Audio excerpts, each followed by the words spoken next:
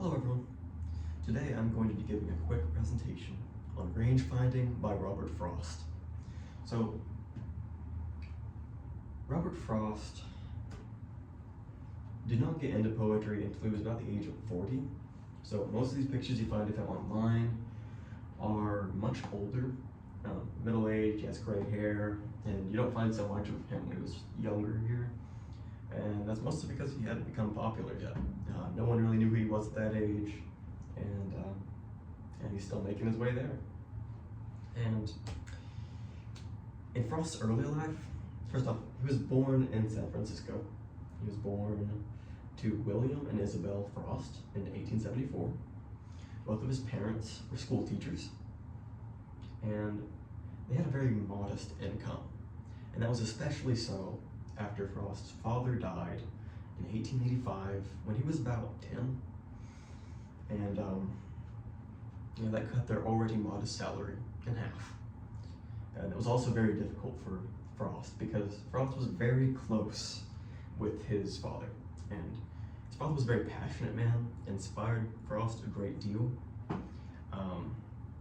He's very involved in politics, and often actually, his father would take him out of school, which is kind of ironic since he's a school teacher, and have him come with him to campaign for local elections. He was a very staunch Democrat, a disciplinarian, and an Orthodox Christian. So he inspired a great deal of Frost's work, even though Frost didn't necessarily identify himself as being a super political figure. You can definitely see it bleeding through his work at certain times.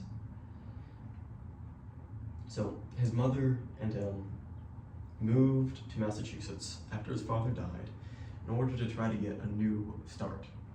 And there he attended grade school and quickly developed a love for literature. And eventually, as a teenager, he started experimenting in poetry, but we don't really ever get to see that poetry. After graduating from high school, Frost enrolled at Dartmouth College, and his time there was unfortunately very short-lived.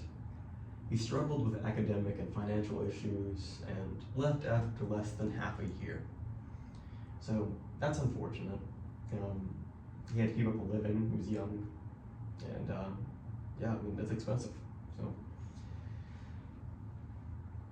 later on, at Harvard, he took a variety of courses, including those in literature and in sciences.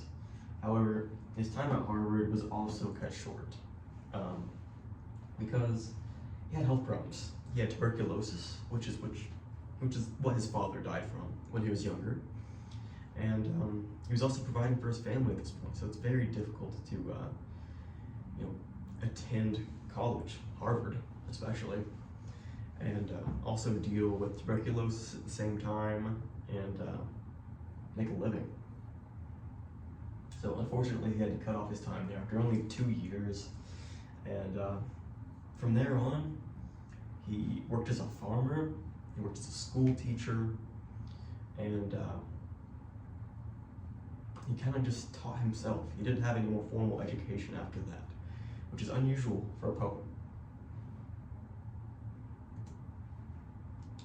So, yeah, Frost dabbled in poetry throughout his life. As I said, he was a teenager, but he was not formally recognized as a poet until maybe about 40 years old. And his first published work was a collection of poems titled A Boy's Will. And surprisingly, A Boy's Will was published in England, which is odd since he's American, born and raised. But he was having a lot of difficulty gaining traction in the United States. He wasn't really getting any publishers on him, and it just wasn't working out. So he moved to England, and in hope of some more support. And he fortunately got it. He got published, and he had some helpers, some influential literary figures such as T.S. Eliot and Ezra Pound.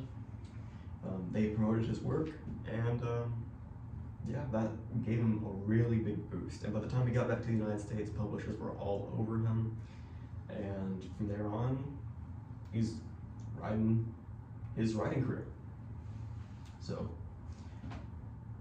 that was very good. Now, we are going to get into the poem itself now. So this is range finding. I'm gonna go ahead and read out the poem. We can just listen to it real quick, and then we will get into the analysis. The battle rent a cobweb diamond strung, and cut a flower beside a ground bird's nest. Before it stained a single human breast, the stricken flower bit double and so hung. And still the bird revisited her young, a butterfly its fall had dispossessed. A moment sought in air his flower of rest, then lightly stooped to it, and fluttering clung. On the bare upland pasture there had spread, o'ernight twixt mullein stalks, a wheel of thread, and straining cables wet with silver dew. A sudden passing bullet shook it dry. The indwelling spider ran to greet the fly, but finding nothing, suddenly withdrew. So, some valuable context for this poem.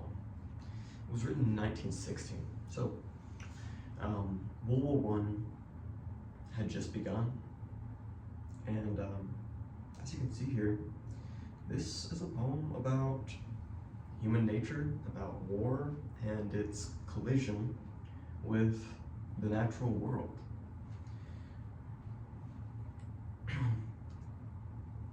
Here we have, he wrote this. This is a sonnet, a classic sonnet. He structured it with an octave. Here in the middle, we have the volta, as he kind of becomes more specific toward the bottom. He kind of zooms in and starts discussing the details of the spider web and the spider itself here at the bottom. So we have an octave and a sestet.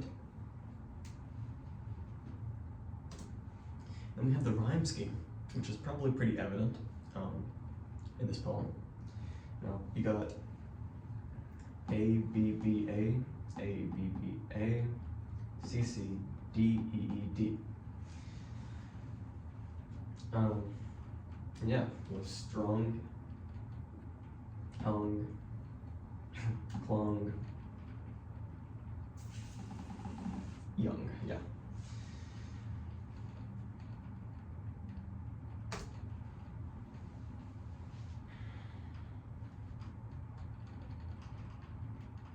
And here we just see the words used to sort of highlight the intricacy and delicacy of nature in this poem. Cobweb, diamond strung. A cobweb, it's intricate, it's developed through time, it's very delicate, easily destroyed. You got flower, very obvious, sensitive piece of nature. We got a single line for the human breast, which means this poem is more centered around nature. And he's considered a nature poet by many, and he doesn't really mind that, but he generally would gravitate more toward considering himself a humanist, because only a few of his poems, even though they're mostly taking place in nature, don't include any mention or implication of humanity and life surrounding humanity. So here we have flower, stricken flower now. The bird still revisited her young. The resilience in nature, though it is delicate. Move on to the butterfly, the flower fluttering, and then we have the bullet shook. So battle and bullet are really the only parts that really get into the this implied battle that's going on. But you can still very much see what's happening here. It's really interesting to see, having such a serene setting for the poem. This seems very peaceful for what's happening. And we can imagine this is, in the middle of a battleground. And this bullet is just passing through all of this beautiful, natural scenery. So it's just very interesting to see how he sets that up, to juxtapose what's going on in humanity. This war, and how even things that come across to us as effortless and menial, these guys are just pulling a trigger. That's causing all of this destruction and disorder for these creatures in nature, and how we need to value that. And for this to be written in 1916, that's, I would say, pretty progressive, considering we hadn't started to have any serious dangers or acknowledgement toward the dangers of our climate not being taken care of, or nature itself being kept in good health. So it's very interesting to see his passion for nature that sprung up growing up in rural New England, always farming, though he says he wasn't very good at it. He was always farming, and he'd always kind of joke that his publicist would always have him walking through the woods or digging up some potatoes, reciting his poems to himself whenever a documentary was filmed of him. He thought it was a little bit ridiculous, but it definitely gives us this blue-collar look to this poet who is widely recognized for being easy to understand.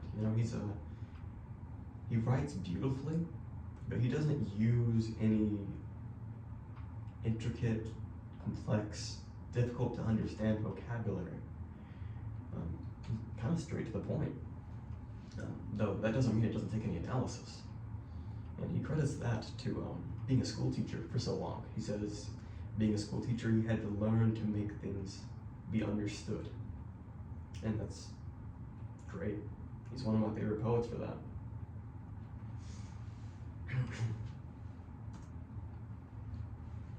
And with that, we'll close up this presentation. Thank you all for viewing, and just email me if you have any questions. Thank you.